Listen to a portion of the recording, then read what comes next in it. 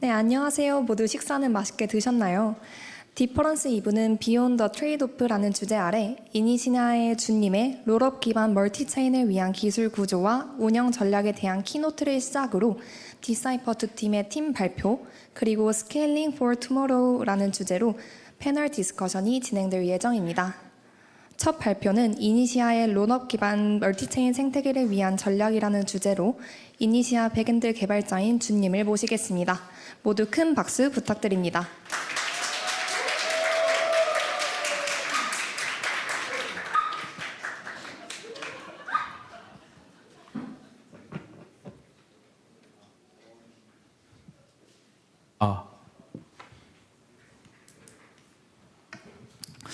안녕하세요. 이니시아에서 키노트 스피치를 맡게 된 준이라고 합니다. 반갑습니다. 제가 오늘 발표할 주제는 백엔드 개발자의 우당탕탕 테스트넷 생존기입니다. 혹시 이러한 유튜브 썸네일들 보신 적 있으신가요? 네, 요즘 유튜브에서 유행하는 특정 프로그램의 출연자들이 나와서 해당 출연 회차에 있었던 에피소드나 백그라운드 비하인드 씬 스토리 같은 것들을 공유하곤 하는데요. 저도 마찬가지로 작년에 있었던 이니시아 테스트넷 기간 동안 겪었던 많은 문제들을 어떻게 해결해 왔는지, 또한 팀 차원에서는 어떤 식으로 이 문제들을 해결해 왔는지 여러분들께 공유드리고자 합니다. 혹시라도 저희 테스트넷 참여를 하셨더라면 더욱 재밌게 들을 수 있을 것 같고요. 참여를 못 하셨던 분들이라도 가벼운 마음으로 들어주시면 감사하겠습니다. 먼저 간단히 제 소개를 드릴 텐데요. 저는 이니시아에서 백엔드 개발을 맡고 있는 준이라고 하고요. 저는 기존에는 이제 수학이랑 금융 쪽 전공을 해서 트레이딩 관련 쪽에서 커리어를 쌓고 있다가 우연한 계기로 블록체인 업계에 입문을 해서 지금 이니시아에서는 온체인 관련된 백엔드 개발을 처음으로 맡아서 작업을 하고 있습니다. 제가 생각했을 때 현재 제가 맡고 있는 백엔드 개발을 크게 세 가지 정도로 분류해 볼 수 있는데요. 첫 번째로 인덱서는 온체인 데이터를 프로덕트의 니즈에 맞게 가공하여서 오프체인 데이터베이스에 저장하는 프로세스를 뜻합니다. 다음으로 API는 클라이언트와 이제 커뮤니케이션을 하는 서버로서 요청이 들어왔을 때 인덱싱된 데이터를 재가공하여서 그 형식에 맞도록 데이터를 서빙하는 역할을 하고요. 마지막으로 봇 같은 경우는 주기적으로 특정 조건이 있을 때 그 특정한 태스크들을 수행하는 프로세스들을 말합니다. 이 세 가지 외에도 저희 이니시아의 대표적인 타입스크립트 SDK인 이니시아 JS도 제가 맡아서 개발하고 있습니다. 다음으로는 이니시아에 대해 간단히 소개를 드릴 텐데요. Initia is a network for interurban rollups 라고 써 있는데 여기에서 interurban이라는 말이 저희가 브랜딩 차원에서 자주 쓰는 단어인데요. 뭐 한글로 풀어서 얘기하자면 엮여 있다 이런 뜻입니다. 이니시아를 한 문장으로 쉽게 표현을 하자면은 L2 롤업을 쉽게 띄울 수 있는 인프라를 제공하면서 L1과 각 L2 간의 상호 운영성을 보장해주는 멀티체인 프레임워크라고 생각하시면 되겠습니다. 다음으로는 저희의 기술 스택인 인터오븐 스택을 도식화한 그림인데요. 먼저 말씀드릴 것은 저희 이니시아는 코스모스 기반 체인으로서 코멧 BFT를 컨센서스 엔진으로 사용하고 있습니다. 따라서 다른 코스모스 체인과 IBC 연결이 원활하게 가능하고요. 또한 저희의 롤업 프레임워크로는 옵티미스틱 롤업을 채택했는데요. 따라서 이제 이더리움 기반의 이제 OP 스택과 비슷한 형상을 가지고 있습니다. 또한 이제 저희 각 L2 롤업에서는 EVM, WASM VM, Move VM과 같이 멀티 VM을 지원을 하고 DA 레이어로는 셀레스티아를 사용하고 있습니다. 이 외에도 네이티브 USDC, 레이어 제로 브리징, VIP, 미니스왑 등 저희만의 특장점들이 다양하게 있는데요. 이 모든 것들을 다루기에는 발표 시간이 부족할 것 같아서 혹시나 궁금하신 분들이 있으시다면은 저희 코파운더인 스탠과 존의 발표 영상들을 찾아보시면 좋을 것 같습니다. 다음으로는 이제 저희가 진행했던 퍼블릭 테스트넷에 대해 간단히 소개를 드리겠습니다. 저희는 작년 한 해 동안 다양한 형태의 테스트넷을 진행했는데요. 먼저 2023년 12월부터 3개월간 클로즈 테스트넷이라는 이름으로 소수의 밸리데이터들을 모아서 네트워크를 운영해보는 테스트 기간을 가졌습니다. 그 다음이 이제 오늘 발표의 주제인 퍼블릭 테스트넷인데 이 기간 동안은 이제 인센티바이즈드 테스트넷이라고 해가지고 많은 분들이 참여를 해주셨고 이제 5월부터 8월까지 3개월 동안 스테이지 2개에 나눠서 진행하였습니다. 그리고 마지막으로는 기존 테스트넷과 새로 이제 체인에 추가된 변경 사항들이 많음으로써 새로운 네트워크를 띄워서 이니시에이션 2라는 네트워크로 24년 10월부터 또 다른 테스트넷을 현재까지 진행하고 있습니다. 다음은 저희가 이니시아 테스트넷 동안 진행했던 인센티브 프로그램인 이니시아 XP에 대해 간략히 소개를 드릴 텐데요. 이니시아 XP는 간단히 소개를 드리자면은 이제 다마고치처럼 저희 이니시아의 귀염둥이 마스코트 제니를 키우는 거라고 생각하시면 됩니다. 먼저 이제 제니 NFT를 민트를 해야 되는데요. 여기가 처음 온보딩 했을 때 화면인데 뭐 포셋에서 돈을 받기, 유저네임 사기, 뭐 스테이킹 하기 등 테스트넷에 처음 온보딩 했을 때 할 수 있는 간단한 온체인 트랜잭션들이 있고요. 이것들을 각각 수행을 했을 때 저 1번처럼 이제 민트 버튼이 활성화가 되고요. 그 다음에 이제 6개의 민트가 모두 활성화되면은 이제 제니 파트 조각들을 모아서 마지막에는 저 아래처럼 이제 제니 NFT를 민트를 하고 600 XP를 초기 자금으로 받게 됩니다. 이렇게 제니 NFT를 만든 후에 이제 XP를 모아야 하는데 모으는 방법에는 3가지 정도가 있습니다. 첫 번째는 이제 레퍼럴 코드나 디스코드, 트위터 같은 소셜 쪽 연결을 통해서 얻는 일회성 XP가 있고요.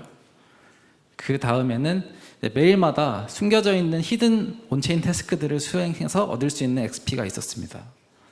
마지막으로는 이제 매주마다 보너스 태스크라고 해서 이제 주어진 온체인 태스크들을 수행하면은 체크마크가 되면서 이제 일회성으로 또 매주 받을 수 있는 XP 포인트들이 있었습니다. 이렇게 쌓은 XP를 가지고 이제 음식을 사서 제니를 먹여서 레벨업을 시켜야 하는데요. 제니 푸드 스토어라고 써 있는 저 3가지가 이제 일종의 가챠 머신이라고 생각을 하시면 돼요. 그래서 음식도 3가지 종류가 있고 가챠 머신도 3가지 종류가 있는데 물론 비싼 가챠 머신을 사용할수록 이제 더 좋은 음식을 뽑을 확률이 높아집니다.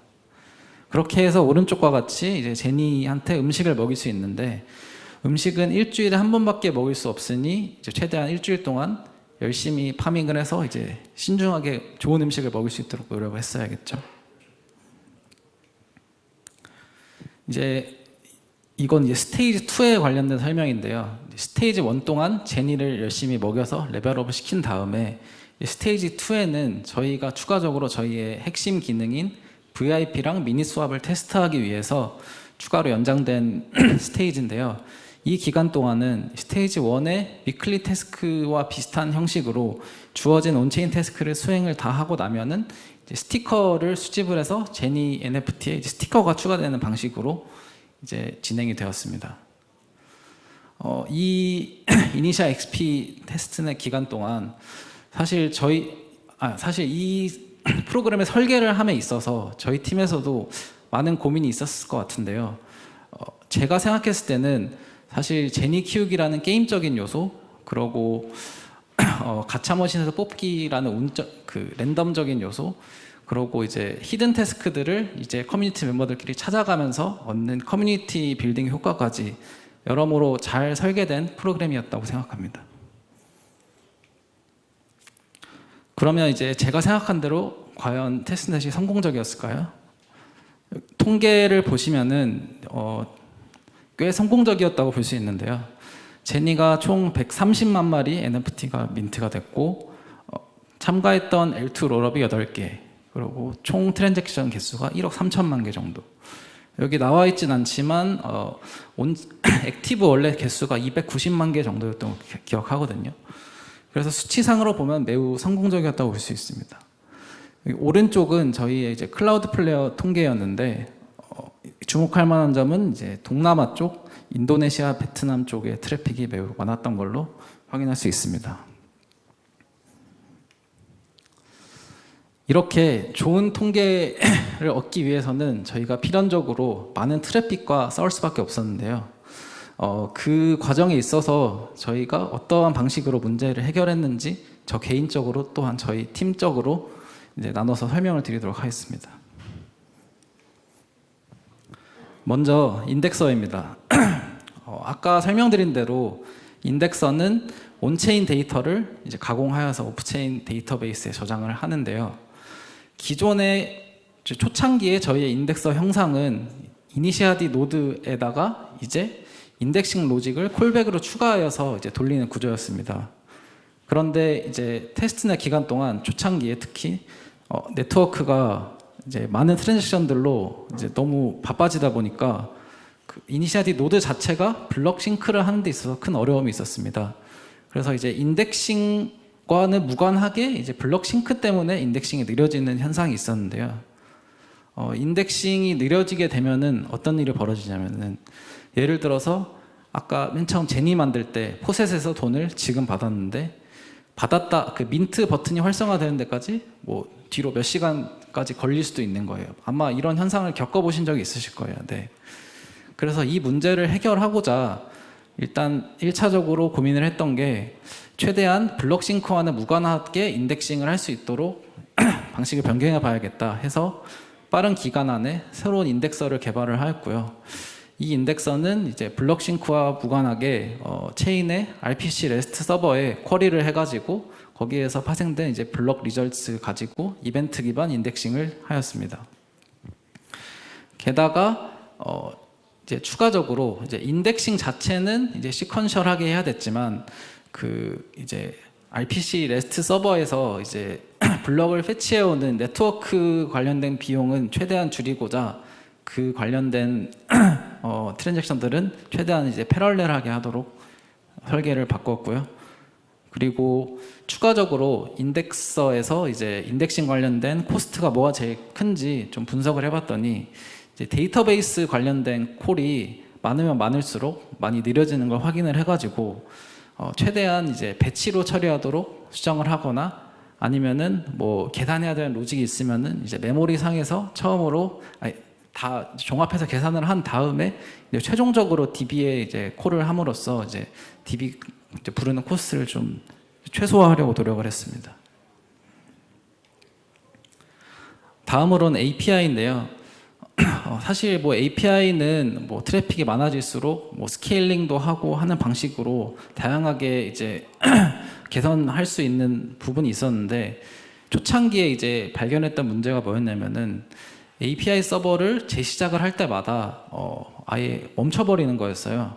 그래서 이게 이유가 뭔지 확인을 해보니까 이제 저희가 이제 좀 비싼 오퍼레이션 같은 경우는 이제 캐시, 인메모리 캐시를 이용해서 이제 데이터를 보관하고 있다가 이제 요청이 오면 서빙하고 했었는데 초창기 이제 서버가 뜨자마자 이제 리퀘스트가 너무 많이 들어오니까 이제 캐시가 제대로 활성화가 안 된 상태에서 이제 DB 쪽에 락이 걸리면서 이제 서버가 이제 멈춰져 있는 상황이 이제 생겼거든요. 그래서 이 상황을 해결하고자 저희는 일단 그 서버가 리퀘스트를 받기 전에 이제 캐시를 먼저 1차적으로 활성화하고 뜨는 방식으로 이제 개선을 했고요. 사실 이거는 조금 이제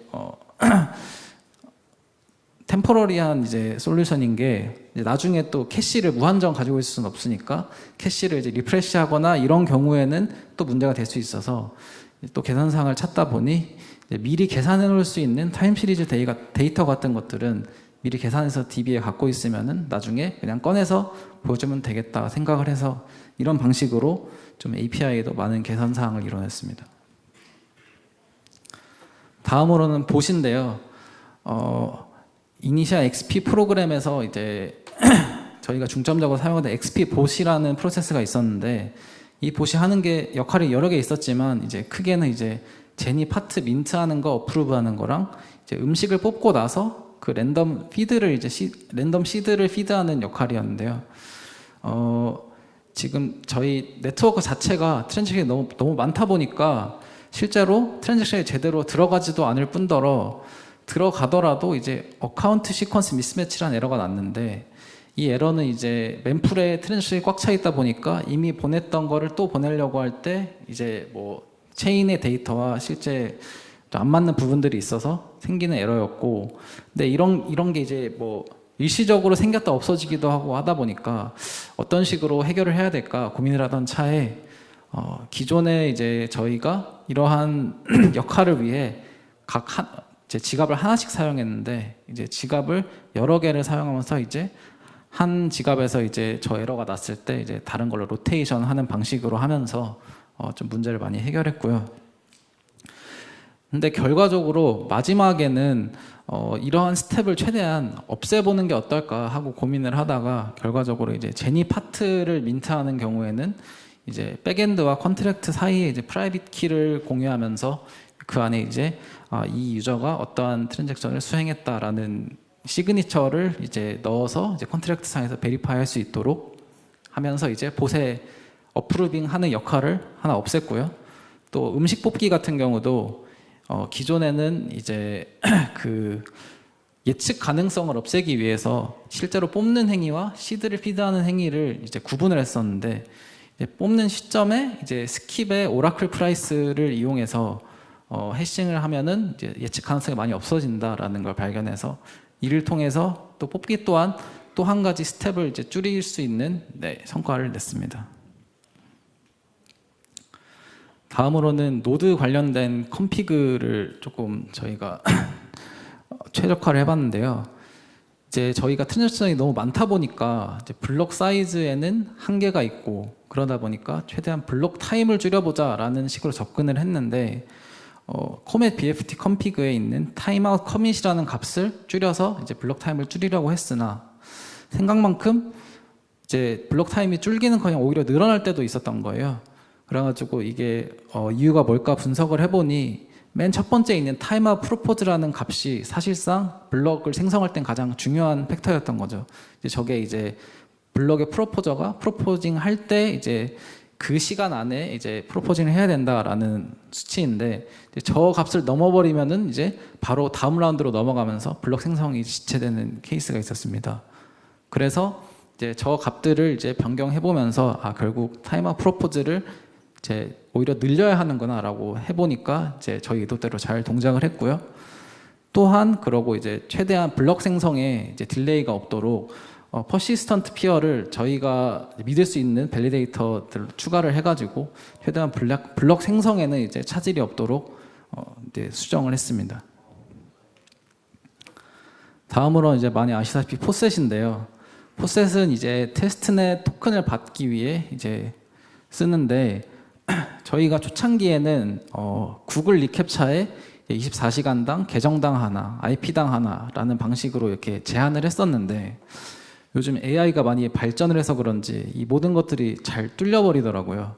그래서 되게 포셋도 스패밍이 되고 심지어 이제 네트워크까지 포셋 TX로만 가득 차는 케이스가 생겨가지고 이거를 처음에는 이제 좀 중앙화된 솔루션으로 극복을 해보자 해서 디스코드에다가 봇을 설정해서 이제 특정 롤이 있으면 이제 클레임을 할 수 있도록 세팅을 했는데 이것 또한 그 좀 넘치는 수요에 좀 따라오지 못해서 어느 시점에는 디스코드 서버도 막 한두 번씩 터지고 그랬더라고요. 그래가지고 저희가 이런 식으로는 지속 가능하기 힘들겠다 생각을 해서 기코인 패스포트를 도입하고 그리고 가스 토큰이라는 새로운 토큰까지 도입을 해서 이 문제를 좀 해결을 했습니다. 마지막으로는 IBC인데요. 저희의 핵심 기능인 미니스왑을 사용하기 위해서는 IBC 트랜잭션이 필수적인데 기존의 코스모스 체인에서는 에르메스라는 IBC 릴레이어를 많이 사용했어요. 근데 뭐 왜 그런지 모르겠지만 조금 비효율적인 부분들이 많이 있는데 저희가 이제 저희만큼 IBC 트랜잭션을 많이 일으켰던 체인이 없었어서 발견이 안 된 건지 이 문제점들이 더 두각이 됐는데요. 첫 번째로는 이제 에르메스가 TX 서치라는 걸 사용하는데 이게 이제 쿼리하는 노드에 엄청난 이제 계산 부하를 줘가지고 이제 노드 자체가 느려지고 그리고 패킷 핸들링도 느려지고 이러한 케이스가 있었고요. 게다가 이제 IBC 패킷을 병렬적으로 처리를 못하고 무조건 순서대로만 처리를 해야 되더라고요. 그래서 저희 팀에서는 처음에는 이제 에르메스를 최대한 고쳐서 활용을 해보자 하다가 뭐 좀 코드도 좀 고치기 쉽지 않게 되어 있고 해가지고 결과적으로는 타입스크립트로 이제 가벼운 버전인 래피드 릴레이어를 만들었고요. 래피드 릴레이어에서는 TX 서치를 사용하는 대신 그 블록 리절츠를 쿼리해 가지고 거기에 이제 기반한 이벤트 인덱싱을 통해서 IBC 패킷을 처리를 했고요. 게다가 이제 최대한 병렬적으로 처리할 수 있는 패킷은 이제 병렬적으로 처리하도록 이제 개선을 많이 했습니다. 지금까지 제가 이제 테스트넷 기간 동안 겪었던 많은 문제들 그리고 저희 팀 차원에서 이제 해결했던 문제 해결 방식들을 이제 공유드렸는데요. 사실 저 개인적으로도 이제 백엔드 개발자로서 한 단계 성장할 수 있는 좋은 계기였고 저희 체인으로서도 이제 여러 가지 스트레스 테스트를 통해서 좀 더 견고해질 수 있는 기회였지 않나 싶습니다. 그러고 이제 메인넷이 얼마 남지 않았는데요. 먼저 이제 저희를 항상 응원해 주시는 이제 이니시아 커뮤니티 분들께 감사드리고 네, 그리고 이제 저희와 같이 한 배를 타서 같이 빌딩하고 있는 L2 팀들께도 이제 감사 인사드립니다. 이제 진짜 메인넷이 얼마 남지 않았는데요. 앞으로도 지속적인 관심 보내주시고 많은 응원 부탁드립니다. 발표 마치겠습니다. 감사합니다.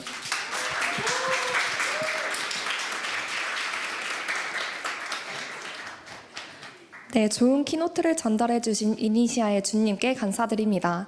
그럼 저희 질의응답을 받도록 하겠습니다. 질문이 있으신 분은 손을 들어주시거나 채팅창에 적어주시면 감사하겠습니다.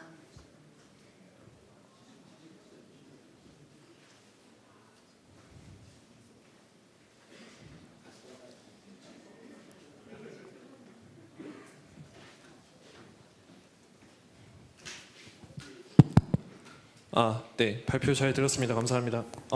그 인덱서가 이제 쿼리하는 방식으로 변경을 하셨다고 했는데 네. 그러면 인덱서가 쿼리를 하는 그 대상 노드에 접근 통제나 이런 거 따로 하시는지 궁금합니다. 왜 여쭤보냐면 쿼리 대상 노드가 만약에 다른 그 클라이언트로부터 쿼리를 많이 받고 있다거나 노드의 부하가 심해서 인덱서한테 응답을 제대로 못 줄 수도 있잖아요. 그래서 네, 인덱서가 쿼리하는 노드는 특별히 뭔가 좀 관리를 해줘야 되지 않나라는 생각이 들어서 여쭤보게 되었습니다.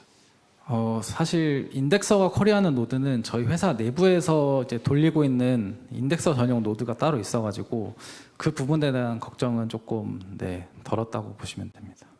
네.